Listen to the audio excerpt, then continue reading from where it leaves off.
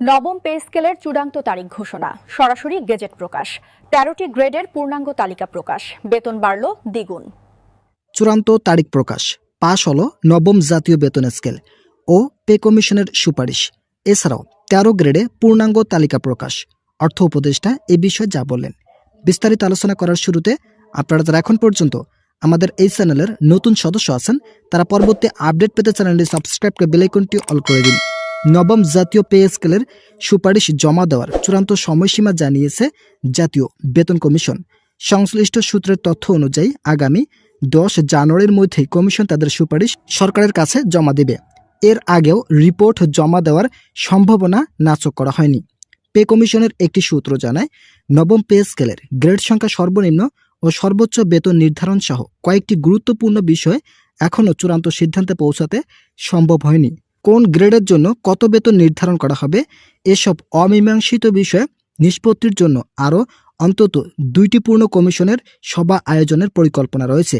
আগামী ১০ জানুয়ারি চূড়ান্ত সভায় সব সদস্যের মতৈক্য হলে তবেই চূড়ান্ত প্রতিবেদন জমা দেওয়া হবে। নাম অপ্রকাশিত রাখা শর্তে জাতীয় বেতন কমিশনের একজন গুরুত্বপূর্ণ সদস্য বলেন, ১০ জানুয়ারির মধ্যে সুপারিশ জমা দেওয়ার একটি বাধ্যবাধকতা সময় বেঁধে দিয়েছে প্রধান উপদেষ্টা। প্রয়োজনে এর আগেই প্রতিবেদন জমা দেওয়া হতে পারে। পূর্ণ কমিশনের আরেকটি সভা অনুষ্ঠিত হলে নির্দিষ্ট তারিখ জানানো সহজ হবে। তবে ইতিমধ্যেই ১০ জানুয়ারি চূড়ান্ত ডেডলাইন হিসাবে উপস্থাপন করা হয়েছে। কমিশন সূত্রে জানা গেছে, সরকারি কর্মকর্তা কর্মচারীদের বেতন গ্রেড নিয়ে কমিশনের ভেতরে ৩ ধরনের চিন্তা চলছে। বর্তমানে সরকারি চাকরিজীবীদের জন্য ২০টি গ্রেড বিদ্যমান। কমিশনের অনেক সদস্যরাই মনে করেন, গ্রেড সংখ্যা অপরিবর্তিত রেখে যৌক্তিক হারে বেতন ও ভাতা বাড়ানোই বাস্তবসম্মত।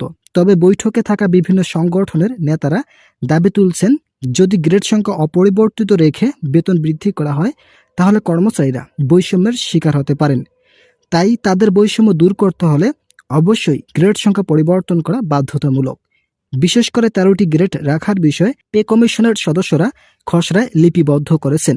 ভিডিওটির এই মুহূর্ত পর্যন্ত এসেও আপনারা যারা এখন পর্যন্ত আমাদের এই চ্যানেলটি সাবস্ক্রাইব করেননি তারা সাবস্ক্রাইব করে বেল আইকনটি অল করে দিন।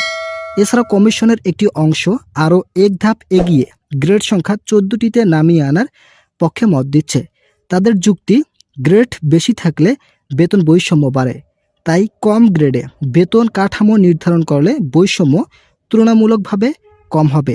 পে কমিশনের এক সদস্য জানায়, গ্রেড সংখ্যা আগের মতো থাকবে নাকি কমানো হবে। এ বিষয়ে পে কমিশনের একাধিক সদস্যরা বলেন, অবশ্যই গ্রেড সংখ্যা পরিবর্তন করা হবে। আমরা যেভাবে কাজ করছি এতে ১৩টি গ্রেডে নবম পে স্কেল বাস্তবায়ন করার সুপারিশ জমা দেওয়া হবে।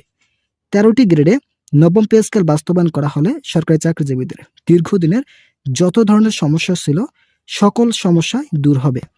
তবে বিভিন্ন বিষয় এখানে সংযুক্ত থাকায় সকল কাজে ধীর গতিতে হলেও আগামী ১০ তারিখের মধ্যেই পে কমিশন তাদের রিপোর্ট জমা দেবেন। এদিকে নবম পে স্কেল নিয়ে বিভিন্ন সংগঠন ও সংস্থা থেকে পাওয়া মতামতগুলো গভীরভাবে বিশ্লেষণ করছে কমিশন। এতে এখনও পুরো প্রতিবেদন লেখার কাজ শেষ করা যায়নি। ইতিমধ্যে কমিশনের একটি সূত্র জানায়, সরকারি কর্মচারীদের সাম্প্রতিক মহাসমাবেশ বা ঘোষিত কাঠামো কর্মসূচিতে কমিশন বিচলিত নয়। তারা বাস্তবসম্মত ও টেকসই একটি বেতন কাঠামোর সুপারিশ তৈরিতে মনোযোগী।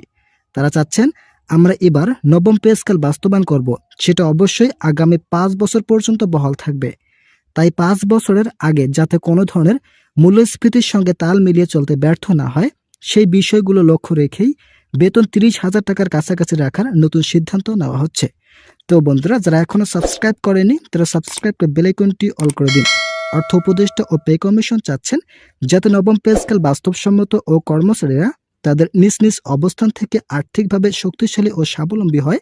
অর্থ উপদেষ্টা বলেন, সকল সিদ্ধান্ত বাস্তবায়ন করার লক্ষ্যে সংশ্লিষ্টরা যথেষ্ট চেষ্টা চালিয়ে যাচ্ছেন। আমরা আশাবাদী আগামী ১০ তারিখের মধ্যে একটি গেজেট প্রকাশ করে সরকারি চাকরিজীবীদের দীর্ঘদিনের যে সমস্যা ছিল সকল সমস্যার সমাধান করা হবে। প্রধান উপদেষ্টা গতকাল বলেন, আমাদের যে ধরনের কার্য প্রক্রিয়াগুলো সমাধান করার কথা ছিল আমরা ইতিমধ্যেই সকল কিছু বাস্তবায়ন করছি। এখন শুধুমাত্র গেজেট প্রকাশের জন্য অপেক্ষায় আছি।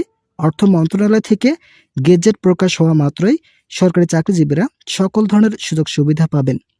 25 সদস্যের যে কমিশন গঠন করা হয়েছে সেখানে সাবেক অর্থ সচিব আমাদেরকে আশ্বস্ত করেছেন আগামী 10 তারিখের মধ্যে গেজেট প্রকাশ করা হবে।